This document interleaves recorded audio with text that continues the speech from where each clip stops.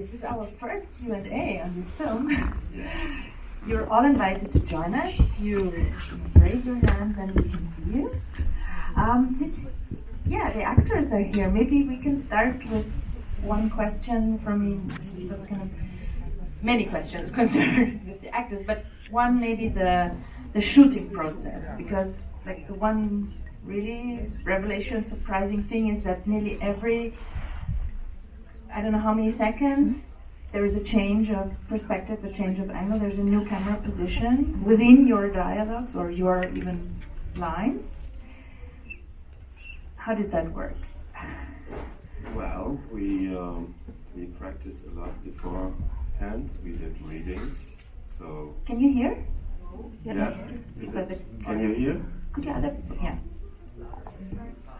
Well, speak up. We practice a lot, we do readings, and then when we think it's fine, and then when we shoot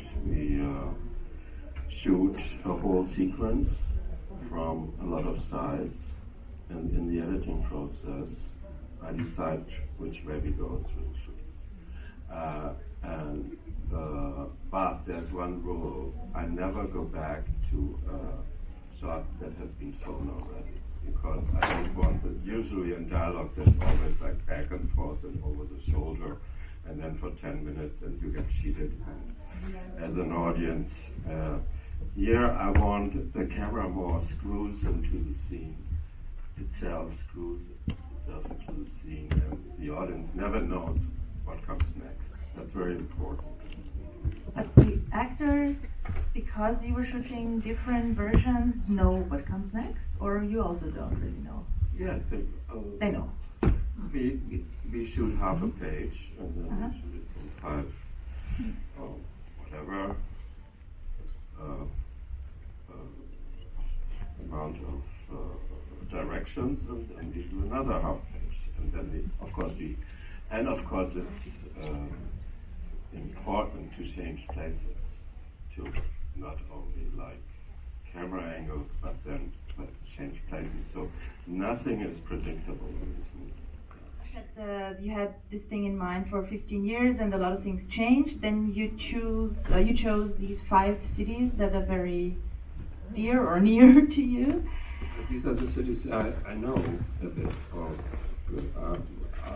We had very limited resources to do the film, and so I wanted to do one part of the film in Belgrade in Serbia, but we couldn't do it because we didn't have enough money. So we did one part here in Berlin that was cheaper, and now I like the Berlin part too. But I know the cities somehow, and I want to show sides of the cities that are not the tourist spots.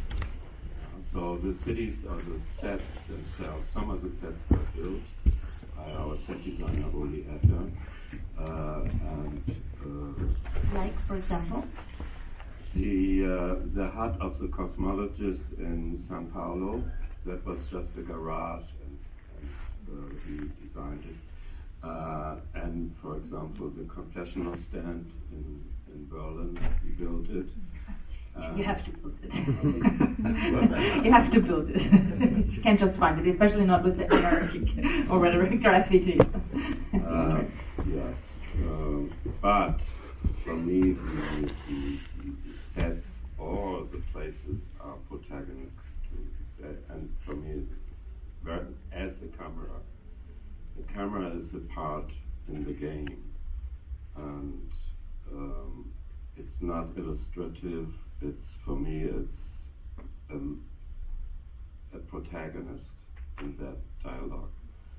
And that's why I do films, because I believe in a very concentrated cinematography and not in an illustrational way, like very artsy-fartsy, or do like wonderful tableaus or crazy camera movements or so. So in that way, I'm very conventional.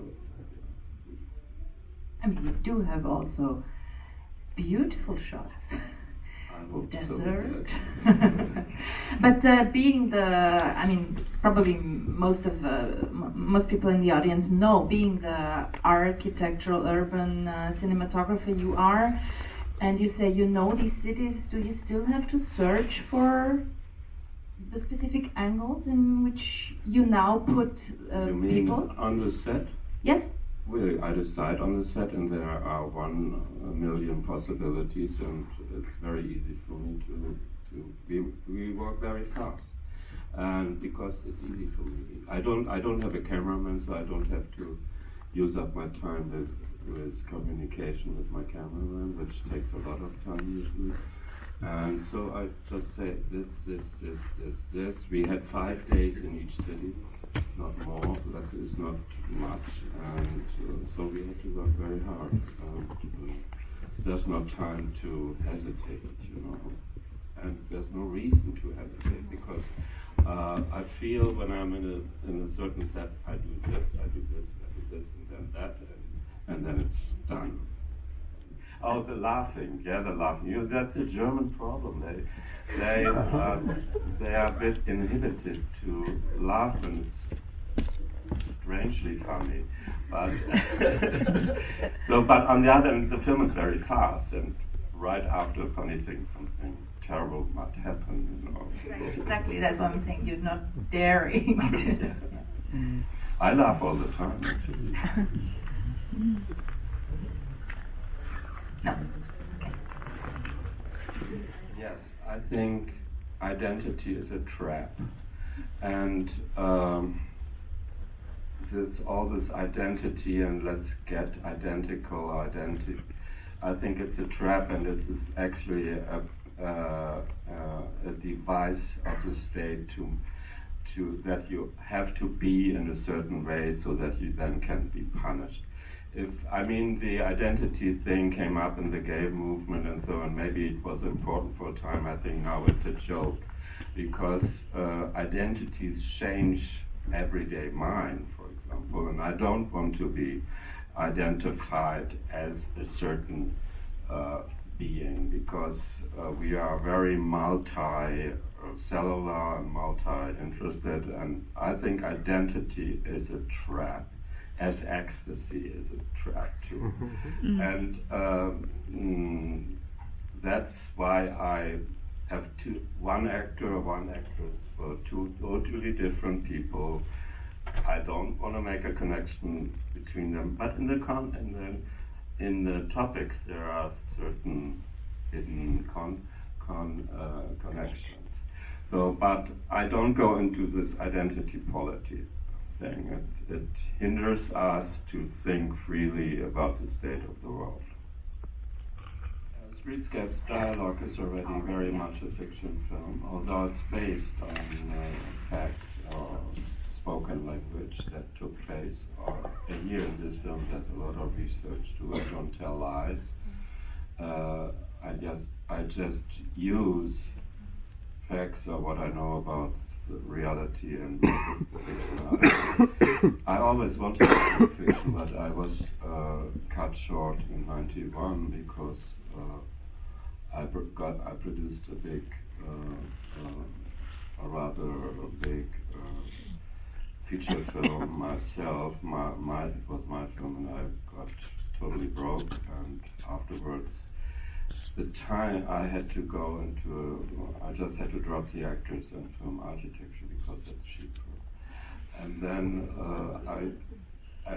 I liked it because I love architecture, and I could work alone or a very small team, and did other things. And I wrote script after script. I have piles of scripts I could do. Immediately start. Actually, another film is already almost done. We are in the fine editing already. So I at least want to do 2 fictional films a year. I think filmmakers are much too slow, and it depends on of course, of the financial situation. They wait for money for 3 years, and they do a film every 4th year, and they don't get better by it, you know, because you have to do a lot to develop a language, and unless you are just feeding the convention, which might be a job, but I always wanted to do fiction, but I couldn't. Very large projects just in the 90s were stopped short, and I gave up for a while because then I was at the university, and there you cannot, when you teach, you can't do a feature film, because in a feature film you have to be there every day, and you can't do that. But I wrote scripts all the time. We want to. I think it's time to do another kind of narrative in film. Look at the stories, love stories all around our family films. And I mean, it's such a bore, and we have to discuss other contexts. And this, of course, I want to be multi.